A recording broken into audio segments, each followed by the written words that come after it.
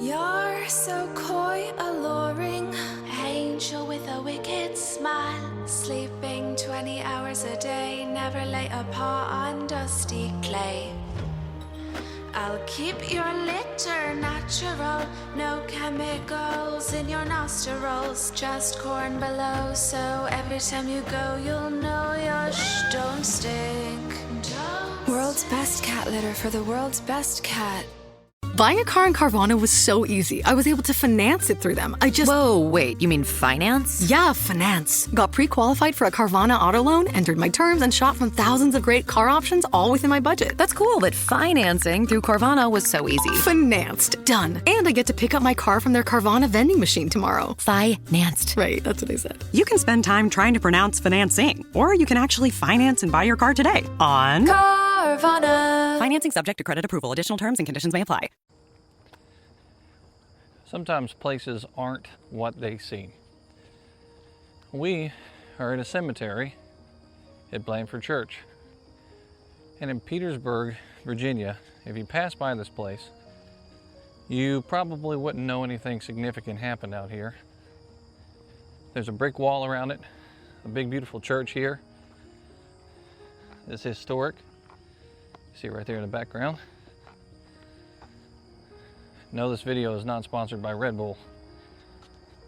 I just need me to pick me up. But it's a big, beautiful churchyard here with all of these cemetery plots plotted out across this field. Today, we're out here to tell you what happened here in July of 1864. Because this is one of the spots where the focal point for the Battle of the Crater took place. Stretched out across this field here, there were Confederate soldiers, Union soldiers, fighting for dear life. And that fight would culminate in one of the most tragic situations in the American Civil War, with men being butchered at the bottom of a pit, and some of them trying to surrender and not being allowed to.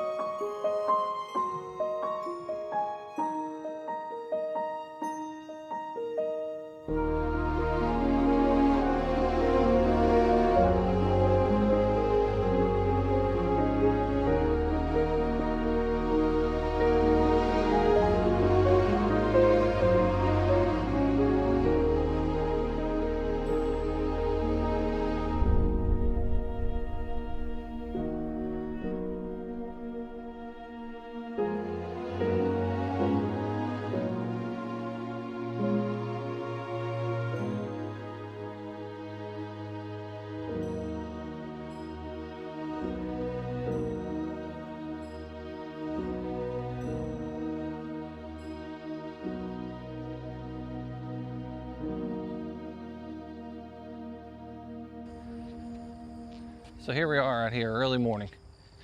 We're having to walk over to the crater from the cemetery. Although it's not a bad walk, it's a little bit inconvenient.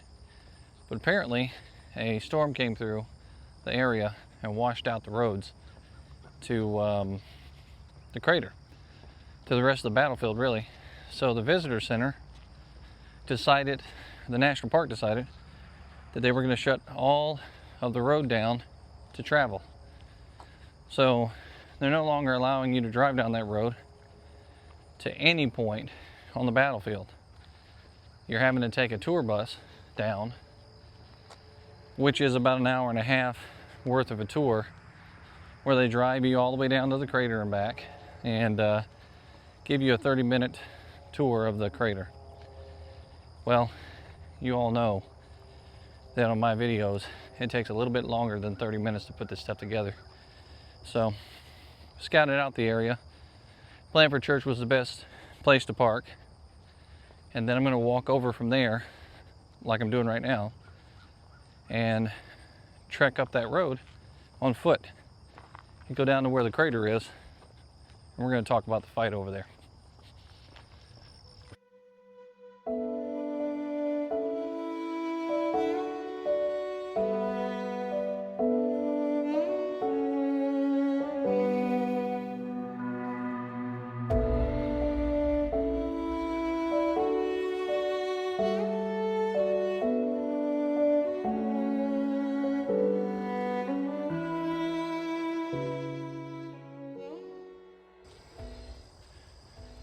After Cold Harbor, General Grant had kind of learned his lesson on the frontal assault thing. It was a complete and total failure. And he knew that if Robert E. Lee had any kind of an advantage, it would be those trenches that they had built around these cities that they've been protecting for over 3 years. He did not want to conduct another frontal assault against Robert E. Lee while he was entrenched on any kind of ground, even though he was attacking him here in Petersburg. So he was reluctant to approve a frontal assault on a strong area of the trenches. Well, the Pennsylvanians of the 9th Corps had come to leadership to let them know that they should be doing the thing that they knew how to do best. They were miners, coal miners and such. They knew how to build a good mine, and their plan was simply to dig a 500-foot long tunnel and then spread it out on the end, left and right side. Once they get it opened up, they're going to pack it full of 8,000 pounds of gunpowder, run a long fuse outside of that tunnel, light that thing off, and then when it finally hits, it's going to go sky high and it's going to blow that entire area where the South Carolinians are located to the sky and kill hundreds, if not thousands. That's their plan. And with that plan, the leadership decides that if that's going to happen, the maneuver is to punch in the United States colored troops as the lead element. They're going to run through, they're going to spread out left and right side, or north and south, to create that gap in the middle, and then the rest of the troops are going to come flooding through that gap and make their way all the way to Petersburg and back. They're going to run the gambit, and essentially they're going to hit the flanks and start taking out Confederate troops and hopefully push them out of these trenches and on the run, or make them surrender. That was the plan. In a minute, we're about to walk over here to the crater, and I'll give you some really good views of what that crater looks like, and we'll kind of talk through how it was built, the shaft and the air vents and all that good stuff, and I'll show you the locations of that too. And there was a counter mine that was dug by the Confederates out here, so it's a pretty neat perspective. And the fact that there's nobody out here right now because the tour road's closed is going to be even easier to tell this story.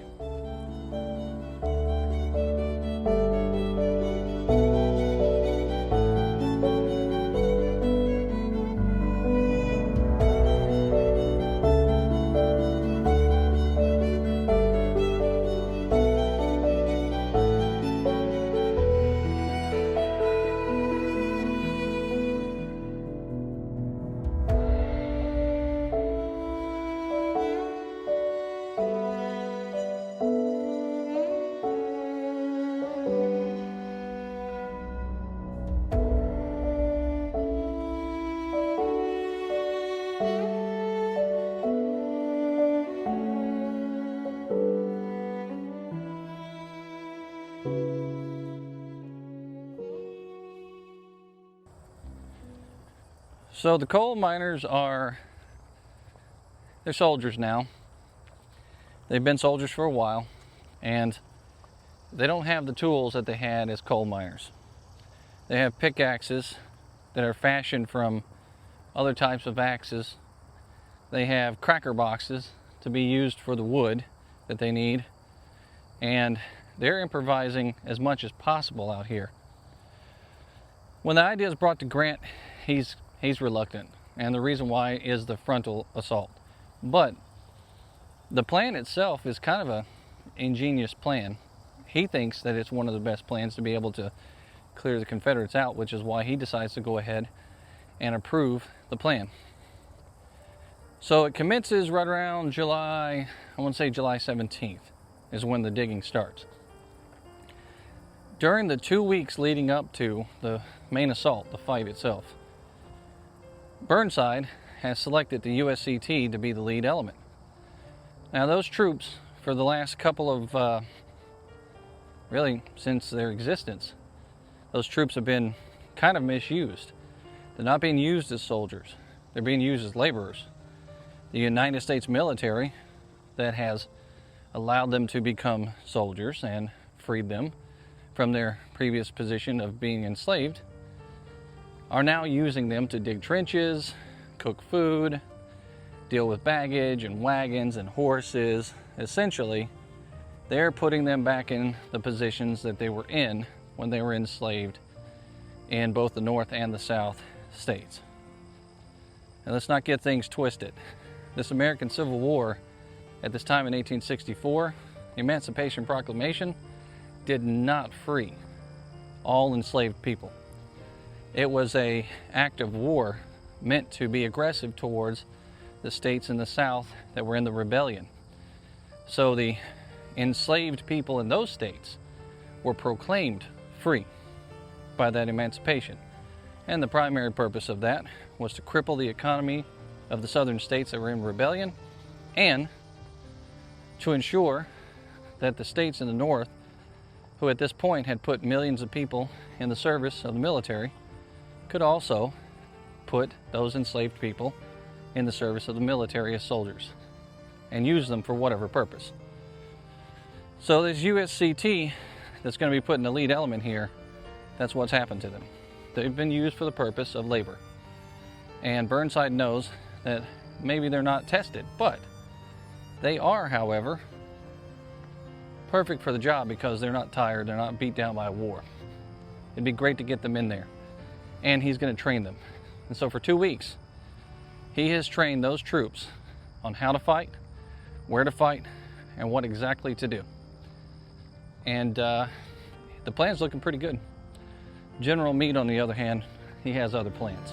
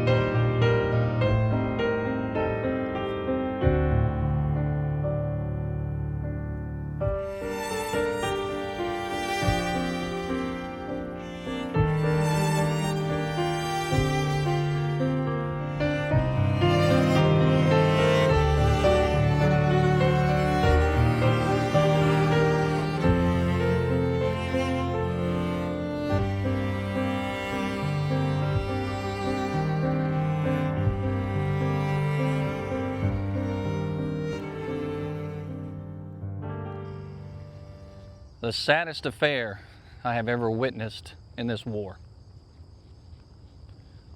That was General Grant talking about this location here, the Battle of the Crater. And indeed it was the saddest affair.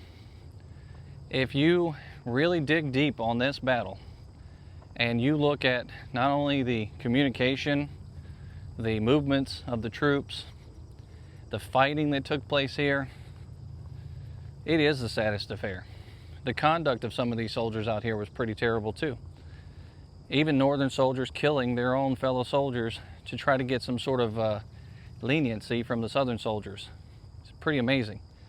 And then of course the Southern soldiers that Lowe's knows that more projects mean more tools. For a limited time, new and existing MyLowe's Rewards credit card members can get 12-month special financing on purchases of $299 or more, in-store and online. Don't wait to get the things you need. Get special financing today. Lowe's. We help. You save. Now through August 27th, choose 12-month special financing on purchases of $299 or more. Offer subject to credit approval and cannot be combined. Minimum monthly payments required. See store at Lowe's.com for details. were coming up to this trench. They had everything in mind to come up here and butcher as many African American soldiers as they could because they were angry about the situation that they were in. It's pretty amazing.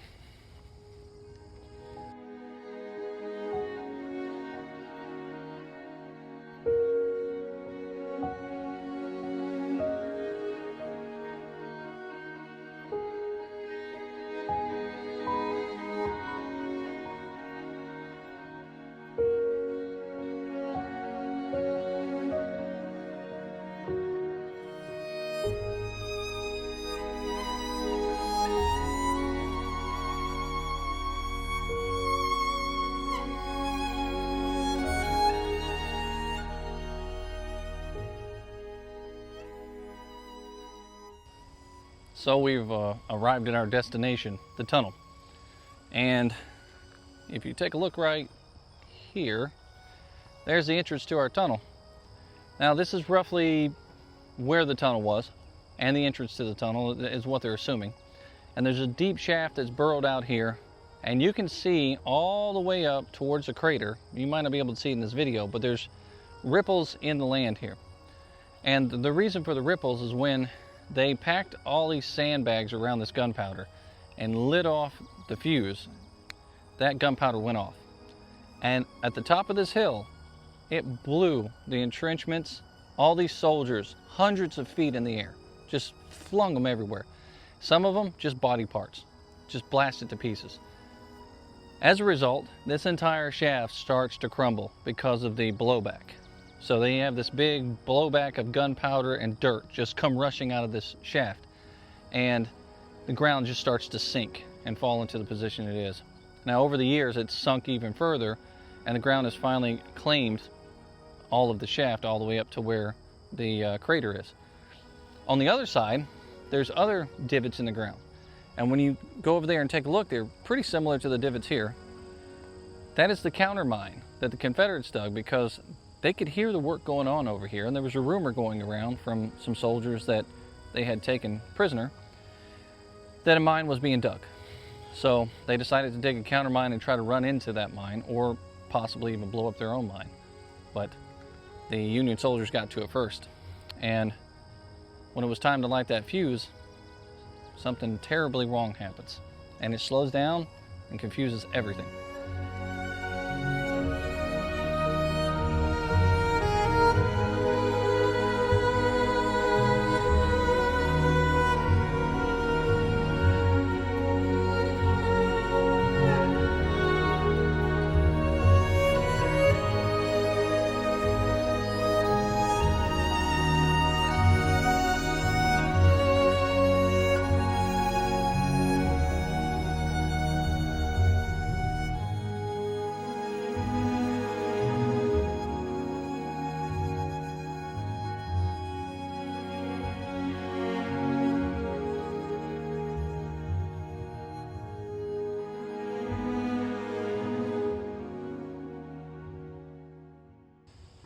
So who's in charge out here? Well, at the beginning of the operation, it's going to be Edward Ferrero. His men are going to be the U.S. color troops that we're talking about, pushing into the crater once it explodes, and then opening up that gap that we talked about north and south. And they were the 30th, the 13th, the 23rd, the 29th, the 39th, the 27th, and the 31st USCT. Now notice that these troops don't have a state attached to their name. They are just simply USCT. That's how they were identified during the American Civil War, as the U.S. colored troops, not by state. So that is the makeup of the men that are supposed to fight here under Edward Ferrero.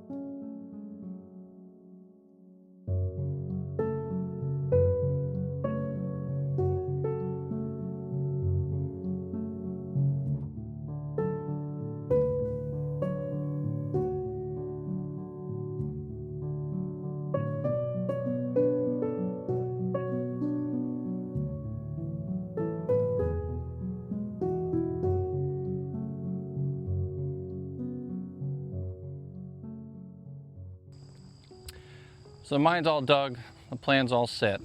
Burnside's ready to go. The USAT has been training, they're ready to go. Then General George Meade lets his prejudice and his ideas get the best of him. He decides that if he puts these troops in that are untested, that are also African American troops, that it's going to make it seem like General George Meade decided to send these newly freed former enslaved people to their doom in a crater that he thought possibly was not going to work. He already had his reservations about this whole fight, and General Meade really didn't want to make it happen. The leadership at the top wasn't supportive of it. So, the day prior to the fight, General Meade decides he's going to change the plan. He leaves it up to the leadership to determine who's going to be in the lead element, and he says it has to be the white troops. So the leadership can't decide. What happens? Well, some accounts say straws were given out, and Ledlie drew the short straw. Burnside wanted Ledlie in the lead. Burnside is also rumored to have put names in a hat, shook the names up, and pulled out Ledlie's name. Ledlie, described by other soldiers, was a drunken coward. Probably not the best man to lead something this important.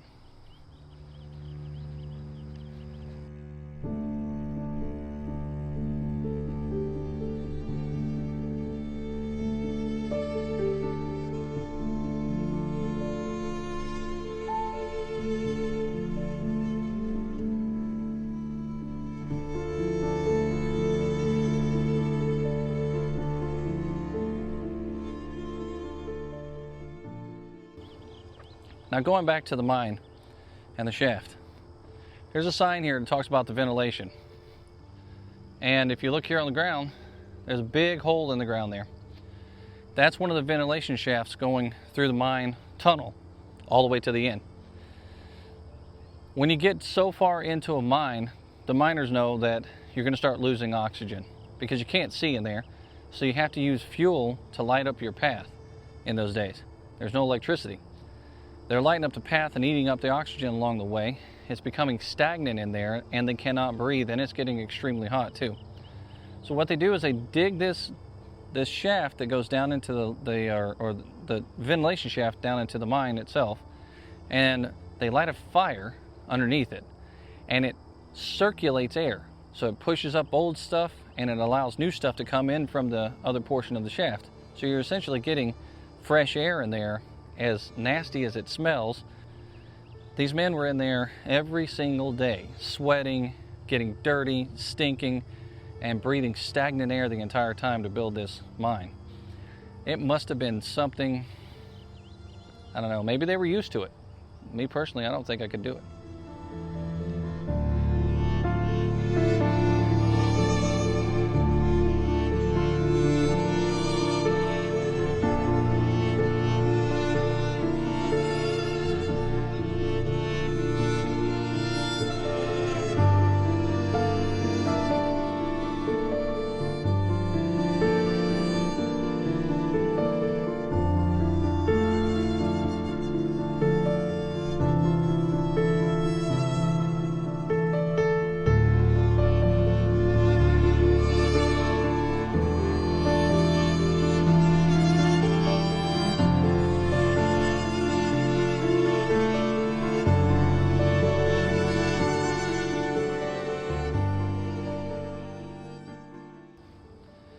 So now General Meade, reassembling the plan, decides that the 18th Corps and the 5th Corps are going to have to support this fight and come up and attack alongside the troops that have been positioned to take the lead. Henry Hunt, from the artillery, assembles 110 cannons and a bunch of mortars, and he places them in strategic positions to fire into this area once the crater goes off, because they don't only want just the shock of everything to happen, but they also want to kill as many people along that line as they can and prevent them from reforming. So that's also part of the plan. So it seems like they've got everything figured out, and it could have worked. That last minute change might have ruined everything.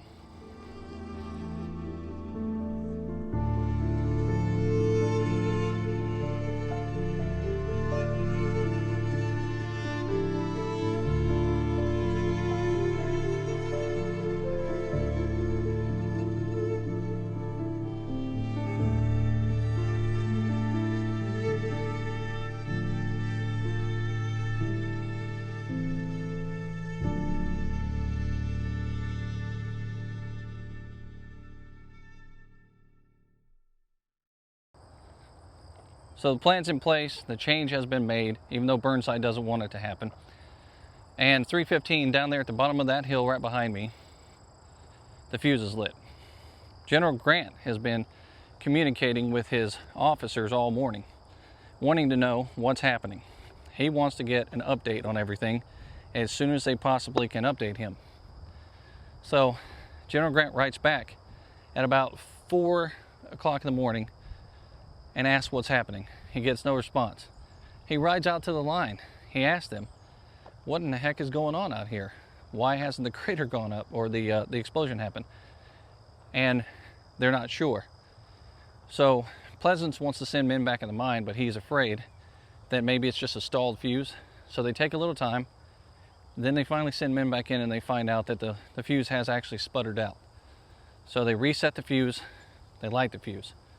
And then at about anywhere between 4:15 and 4:40 in the morning is when this thing finally goes off over here.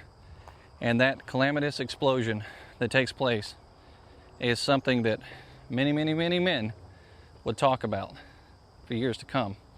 And this whole area that we're walking into right now, the crater used to be a lot larger than this, a lot deeper than this. But we'll show you what's left of it today.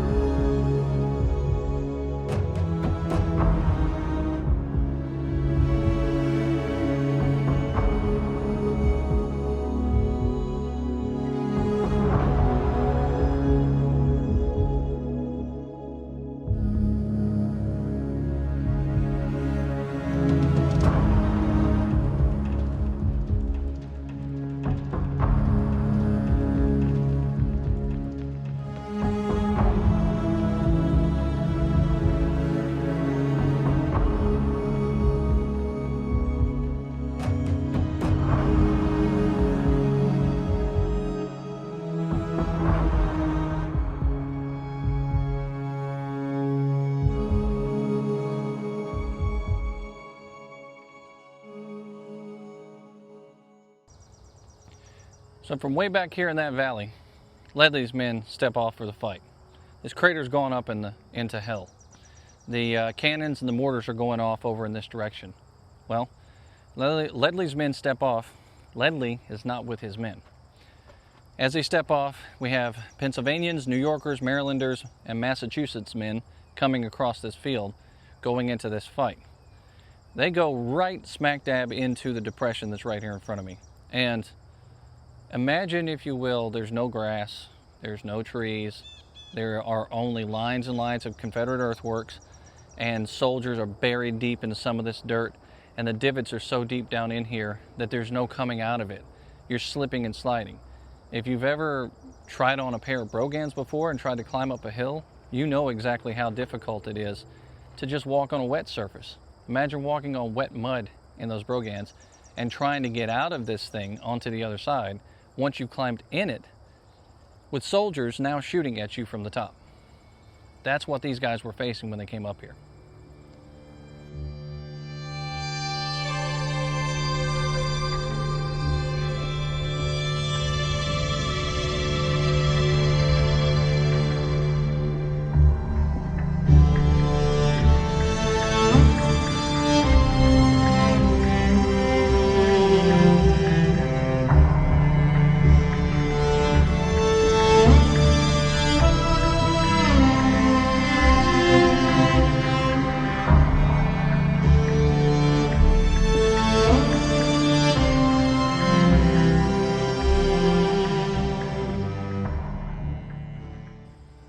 So now Ledley's men are caught in here, and the support's coming up.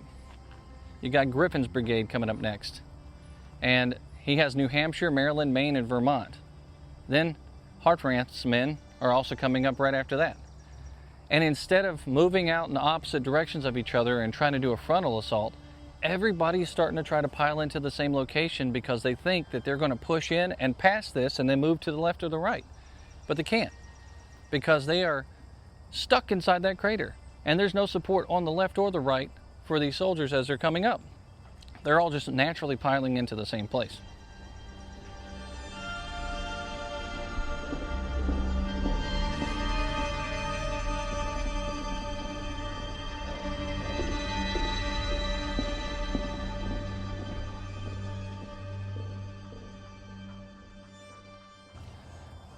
So let's talk about leadership and where they were at this time. This was probably one of the worst breakdowns of leadership in Union history out here on this field. You have Wilcox, who is 70 yards behind. You have James Ledley, who was in a bomb-proof. You have Burnside, who was now near artillery and nowhere near his original headquarters. Meade wasn't even close to the field, so there was no relying on him for anything. And then Burnside, who had moved, is now in a position where when the reports are coming in, they're coming back to his original headquarters site, and Meade has now moved up to that position because he's worried about what's going on. So when he gets there, he's receiving reports before Burnside is receiving reports. And that's pissing the general off.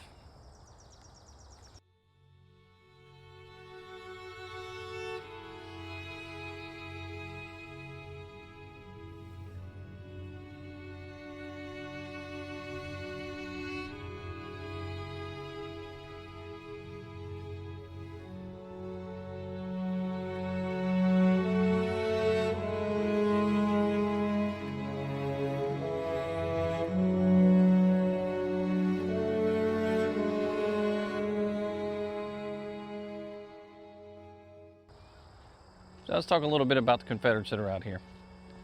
The South Carolinians are out here in this area where the explosion happens, and roughly 352 men are actually killed when that mine goes off. They're killed right here in this location. The mine was a success. The shaft underneath these earthworks did do what it was intended to do. It killed a lot of people. It blew a hole wide open.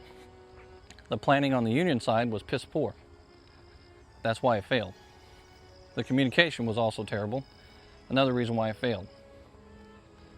The Confederates, on the other hand, had an idea that this was happening. They dug a counter mine. They dug another counter mine. They weren't able to hit the other mine because they were too high. The other mine was way too low. It was deep in the ground. So they decided that they were going to position mortars with time fuses to go off and fire on their position, because they knew something was about to happen. So they set those things with the intentions of firing if something did happen. And it did. And when these soldiers come pouring into this crater back here, the Confederates let off those mortars and rained hell down upon those Union soldiers that were in there. Now the USCT hasn't pushed up yet. They're still back in reserve. They're at the tail end of all of this. And the plan for them is to try to get them in. Again, they have been trained for 2 weeks.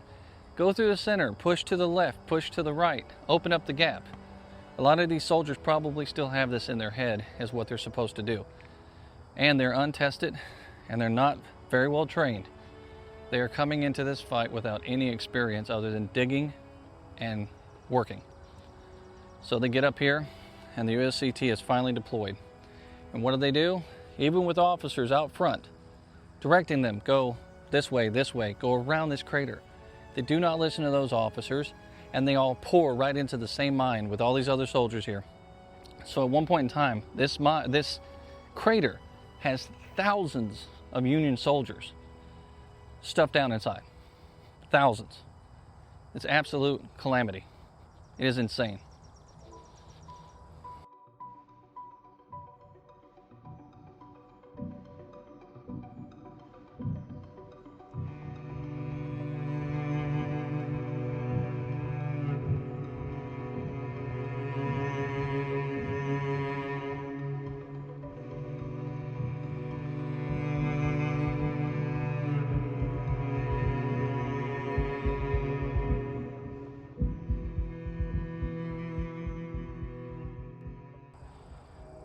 So Bushrod Johnson is absent from the field. He's been absent from the field for a long time.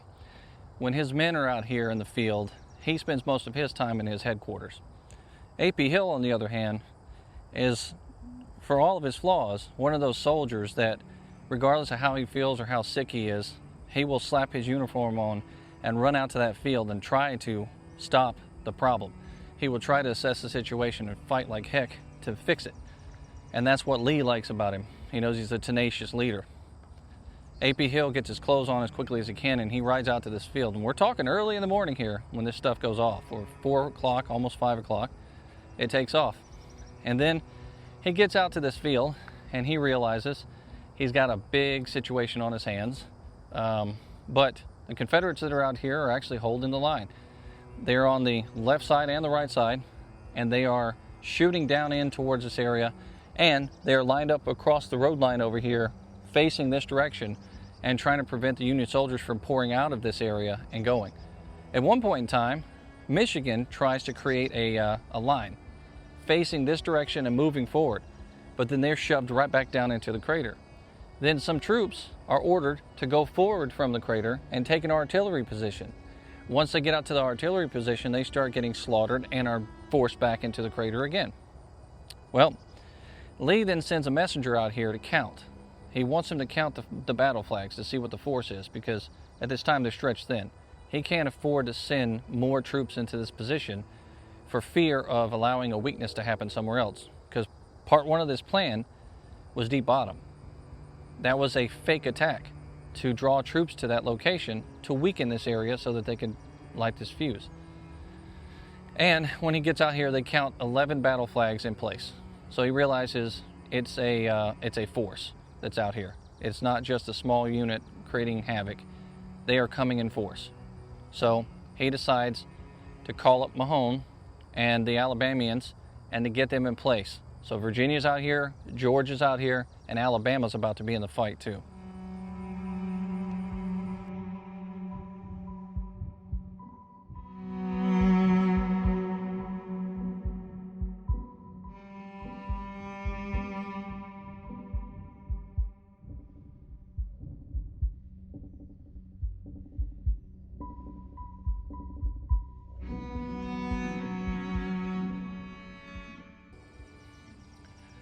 So as the USCT comes into the position out here, and they're going into that crater that's directly in front of me, they have Fort Pillow in their mind.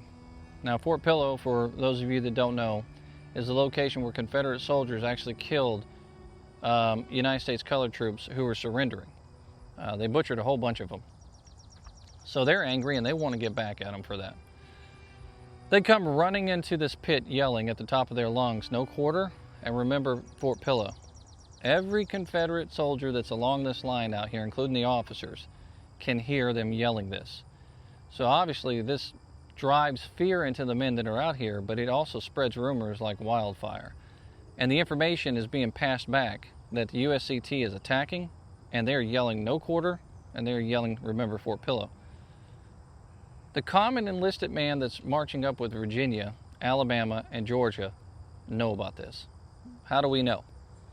Well, I'm going to put a quote up on the screen from one of those soldiers that said that he had heard about this before going into the fight. Now, when they were coming into this fight, it's just like any other day in 1864. It's another fight. It's another situation where somebody's going to have to die, and they hope it's not themselves. But when they come up here and they realize that formerly enslaved people, formerly enslaved by them, are going into these pits, trampling all over people that they know and that they care about, and then yelling no quarter and talking about Fort Pillow, well, some of those soldiers, they take to the idea, well, if you're not going to give us quarter, we're not going to give you quarter. And they have vengeance in their heart, and they want to come up here and kill as many USCT troops as they can, because, quite simply, they hate them. They have a hatred for those people. That's why they've oppressed them and kept them enslaved so long. And not everybody in that group of soldiers coming up here has done any of that. But there are some of those soldiers that wrote about the hatred that they had in their hearts, wanting to come up here and fight like heck, and double checking their rifles to make sure it was loaded properly so that they could kill as many people as they could.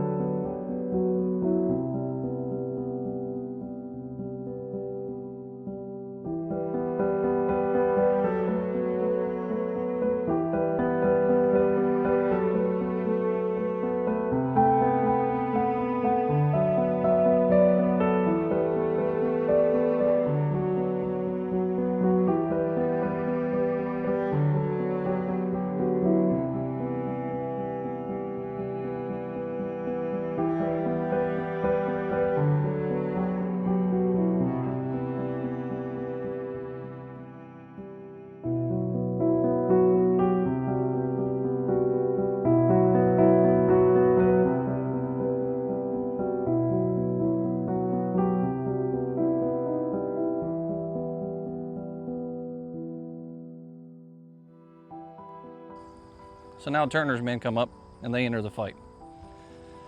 This is about 9 o'clock in the morning when the last of the Union soldiers that are going to pour into this fight are here in this fight. There's no more support coming. And off in this direction, some Union soldiers have pushed up to this way. Back off in this direction, more Union soldiers are coming and pushing into this way. And the majority of them are pouring into the area that I'm at right now. And they're advancing right about where that rock is over there. They're not really getting too much further than that. So Virginia and Georgia comes up to the fight. Mahone's lined his men up and they're pushing up in this direction. And at first they're doing a frontal assault, but then all of a sudden it turns to hand-to-hand combat.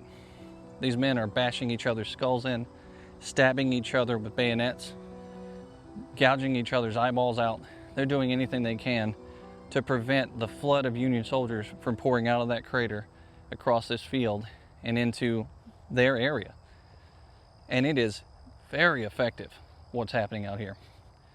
At one point in time, Mahone's men go from moving straight forward into the area to sliding off to the side, peering over into the crater, and shooting down into the crater the men that are in here. Union soldiers that are inside this crater are seeing that these soldiers that have just come up are being extremely vicious to the black soldiers that are inside. And as the black soldiers are trying to run away and get out of this crater just like the white soldiers were, they decide to try to stab, shoot, or kill those soldiers that are coming out of the trenches because they want to have quarter. They want these Confederates to not kill them. So they're killing these black soldiers as they're leaving. All across this field behind me here, Union soldiers are pouring out and they're retreating back in this direction.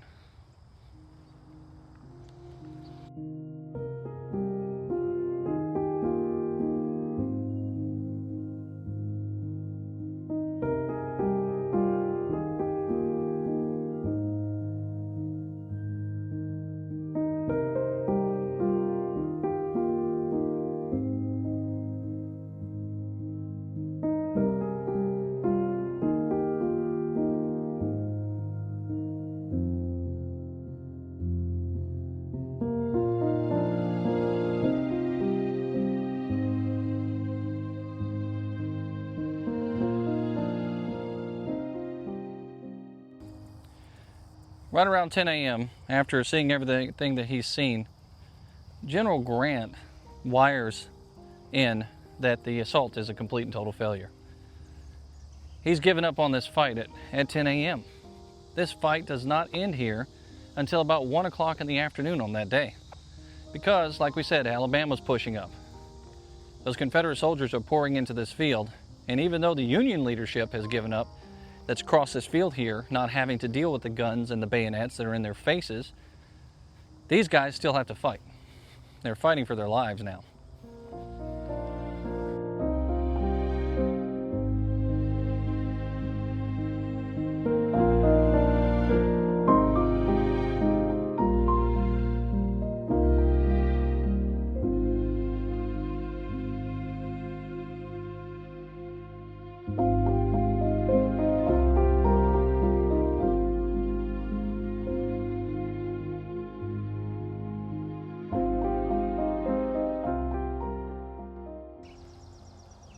Three hours have elapsed since Virginia and Georgia came up, and Alabama goes into the fight. And the fight is every bit as rough as they say it was. And if you read about the fighting that goes on out here, and the hand-to-hand combat and the butchering of the soldiers that are happening out here, then you know for sure it's a problem. That these things that they write about, they're not fake at all. Eventually, Union soldiers pour out of this crater and go back across this field. Union leadership has given up on the fight.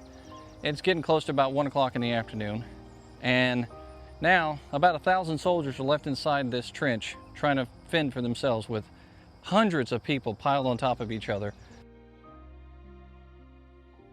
I never felt more like fighting in my life. Our comrades had been slaughtered in the most inhumane and brutal manner, and black slaves were trampling over their mangled and bleeding forms. Now, the Confederates on the outside of that trench are looking down, and they're firing in and killing them left and right. And then they offer up the ability to surrender. The Union soldiers take that and they say, yes, we'll surrender. Well, when the white soldiers come out of that trench, they are allowed to surrender to the Confederate soldiers. The USCT that are in that trench, or the crater, they're not given the same quarter. They are not taken prisoner. They are starting to be killed at wholesale, any of them that are left behind. Eventually, some of them do make it out of there and are taken captive instead of being killed. And then they're paraded down through the streets here in front of everybody so that everybody can see what happened to these troops at the big battle of the crater. Now, the Confederates capture about 2,000 small arms out here and 22 battle flags. And the result of this fight is an overwhelming Confederate victory. It is a shot in the arm for the fledgling Confederate forces that are still hanging on and trying to fight. And at this point during the American Civil War, Atlanta is still firmly in the Confederate control, and these soldiers out here are not ready to quit, not even close. The siege has only just begun here in Petersburg. It would be many months to go before the forces are pushed out of these trenches and pushed onward towards Appomattox, where they would eventually surrender what was left of them.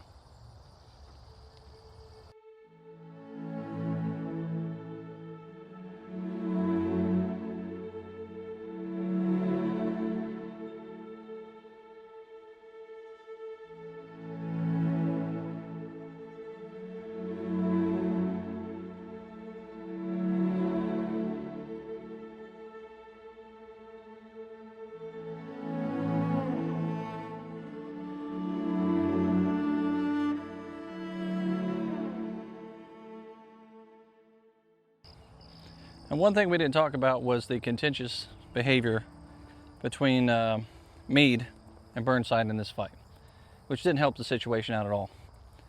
And I'll put a couple quotes up on the screen here to show you exactly how these guys were behaving towards each other during this fight.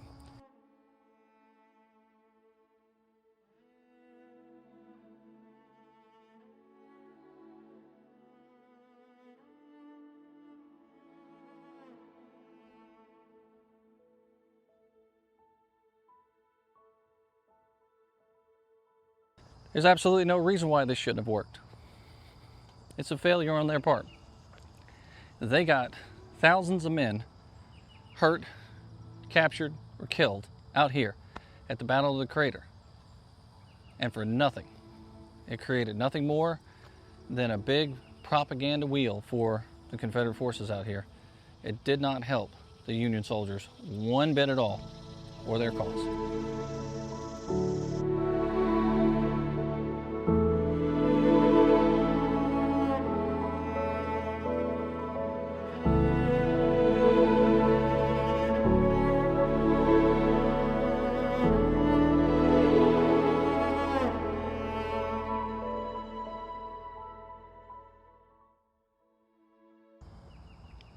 So once again, we're to the point to where we ask what happened out here.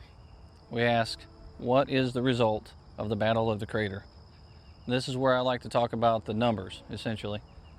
14,600 soldiers are involved in this fight out here, combined, both north and south.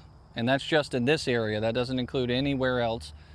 All concentrated in the fight here. Out of those 14,600, 3,789 soldiers would become casualties. Now, what is a casualty? That's anyone that's wounded, missing, captured, or killed. A lot of people get that confused with death. You know, you say casualty. Gettysburg, for example, a lot of people go out there knowing that there's 51,000 casualties over 3 days, and they imagine 51,000 dead bodies laid out across that field. It's simply not true. For the Confederate side, 1,491. And that's an estimate for both sides, because there's no telling how many men who were out here in these lines that were unaccounted for were also killed, wounded, or missing, that were a part of this fight that they just don't know about, especially with the Confederate side. There were many men and young boys that were fighting for the Confederacy that just were not accounted for. And they will go down in history as being unaccounted for and being people that no one will ever know anything about. That's this field right here. All of this stretching out behind me. If that story about what took place out here at Petersburg National Military Park, this field that used to be a farmland, if that does not get your engines revving and make you want to come out here and check this out, then nothing will. This is significant history. These fields are beautiful, and it's always a good time to come out and check these places out. Support your parks, support American Battlefield Trust, save these lands for future generations, and tell these soldiers stories. Tell their stories. Don't let them die.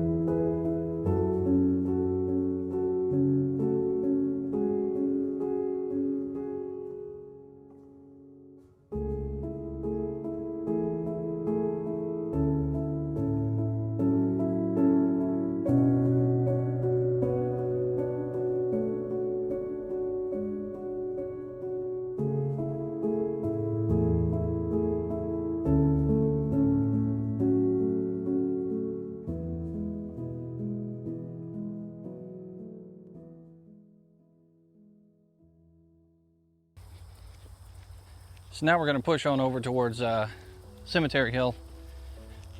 Yes, another Cemetery Hill here in Petersburg, where some of the fighting also took place, and where it was kind of this was kind of a point of contention, one of the areas that needed to be controlled by both sides. We'll take you out there so you can see all the headstones that are out there and the beautiful cemetery, and kind of pan around a little bit. And then we're going to move over towards Lee's headquarters, so as you can see just how far away Lee was from this fight too. After this fight happens, Lee subsequently decides he's going to move his headquarters from where he's at, which is actually closer to the City Point area, and move it closer to the field out here with his forces, so that he can be a little bit more in control of what's happening. Now you see, getting closer to the end of the war, he's starting to feel more and more and more like he needs to be in control. He has to have his hands on everything. So that's one of the things that might have actually, I don't know, I mean, if you're an armchair general, it's one of the things that could have led to some of the failures, really, not being able to trust your own generals, your own officers, to lead their men in the fight. But when you have people like George Pickett, for example, far, far away from his men at a shadbake, while his men are getting trampled on, how can you trust some of them?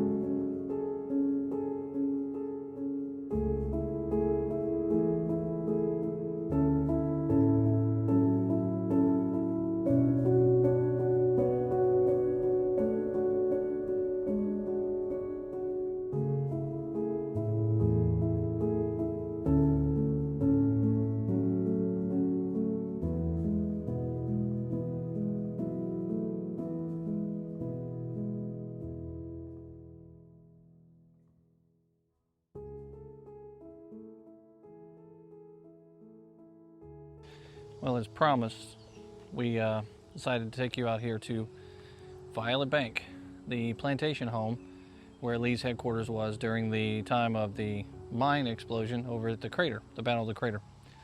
This area here, not the house itself, but the surrounding area would have had about 5 or 6 large campaign tents.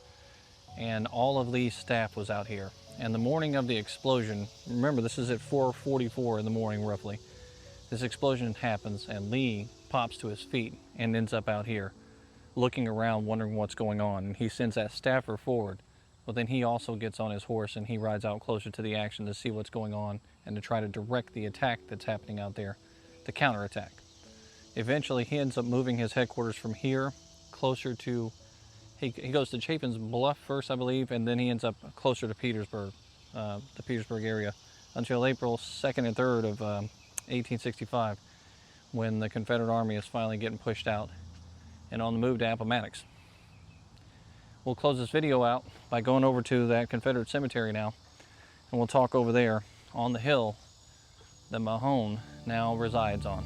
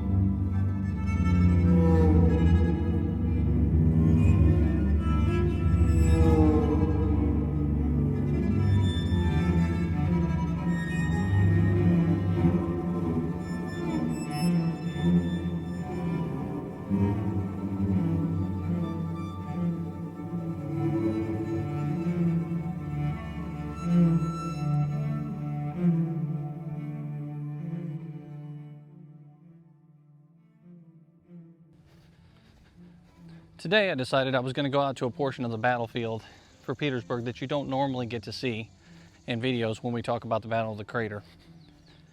And it's the Cemetery Hill portion that's over by Blandford Church. Blandford Church is separated and off to itself, but there's a whole other entire section of this cemetery.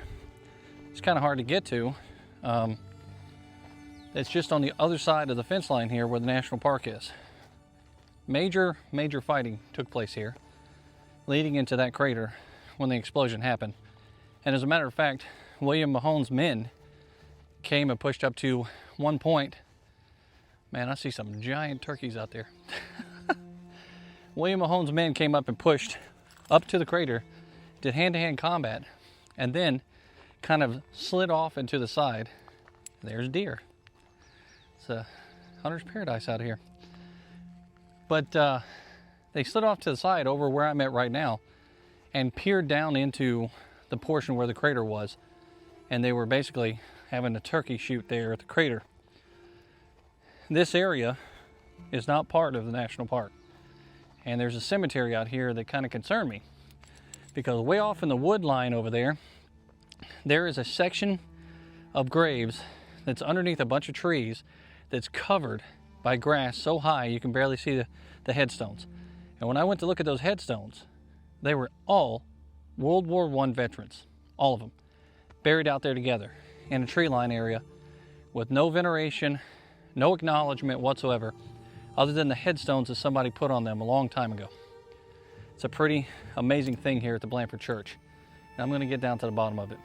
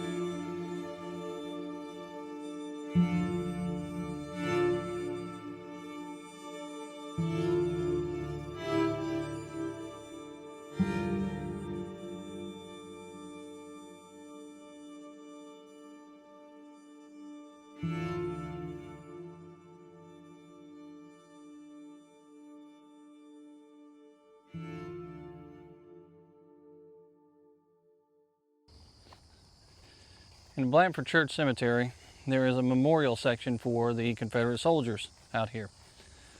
William Mahone's tomb is up here on this hill. That plot back there is for South Carolina.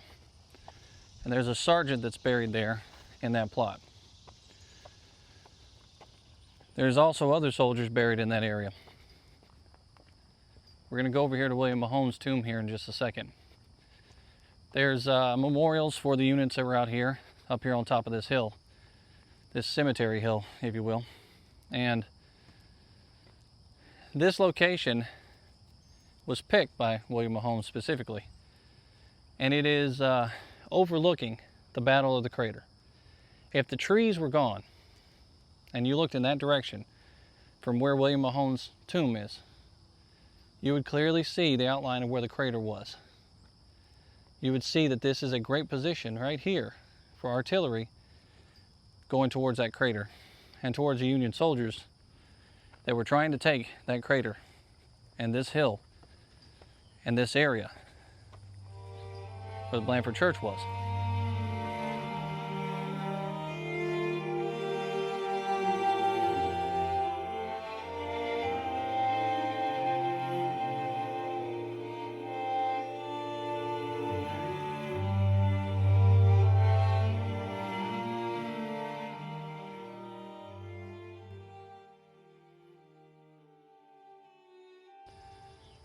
We're at the top of that hill now, and we are at the tomb of Mahone. Right here. This fiery man, this scrawny, skinny little man, would go on to be a wealthy man after the Civil War, and he would run for public office. He would be hated by politicians on both sides of the aisle because instead of sticking to his guns and fighting against one party or another for the reasons prior to the American Civil War, he realized that these states that were no longer Confederate states, they had to fold back into the Union, and something had to happen in order for them to progress. Plus, he was a businessman. He had a lot more common sense than most people gave him credit for. I have some articles from the 1800s of when he was in office, where there's cartoons drawing him depicting northern politicians holding onto his legs and kissing his feet. It's kind of a funny cartoon that I picked up at one of these antique stores, but essentially people were angry that they were working with him on anything because of the fact that he was a general in the Confederate Army. And for a long time, men like him were not allowed to hold a public office in the South because of the war, because of what they did in the war. So this hill is a Confederate memorial, if you will, and it has a lot of statues all around. And then down at the base of the hill here, you see flags from the different states that were throughout the Confederacy, because there's soldiers that are buried out here from those states, and they're memorialized here for their actions in Petersburg. And down at the base of this hill is a flag from South Carolina, and there is a grave of a sergeant that fought out here and died in 1864. And we'll get his story, and we'll put that story up here on this channel.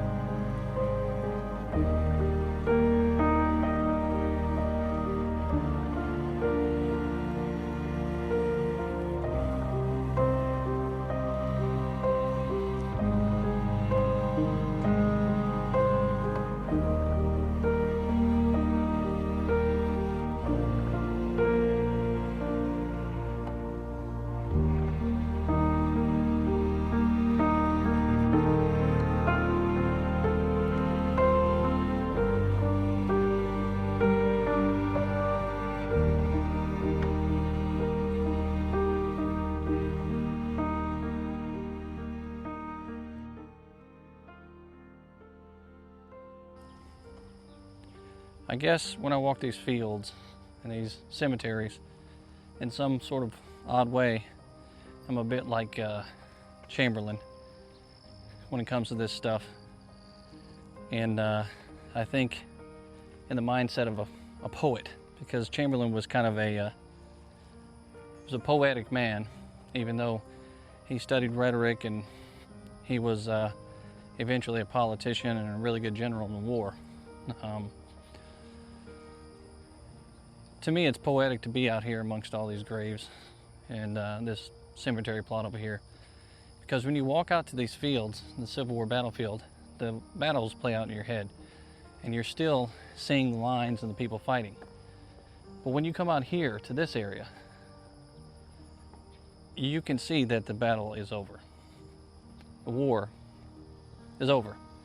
The people that were fighting that war, killing each other for whatever reasons they were killing each other for, they're out here in these graves. That was generations ago. But today, people still try to fight that war. And I don't understand for the life of me why. They're not fighting it with their fists. They're not shooting at each other. They're using words. And they're trying to hurt each other as much as they can over this war that happened over 160 years ago.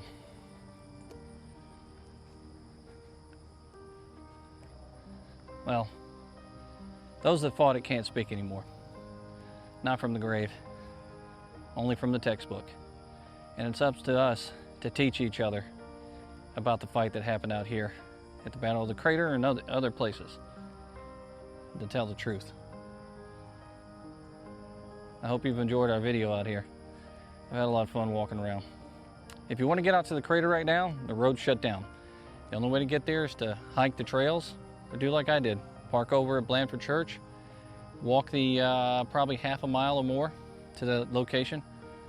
And I suggest going early in the morning because it is hot out here. Even at 6 o'clock this morning, it was scorching. So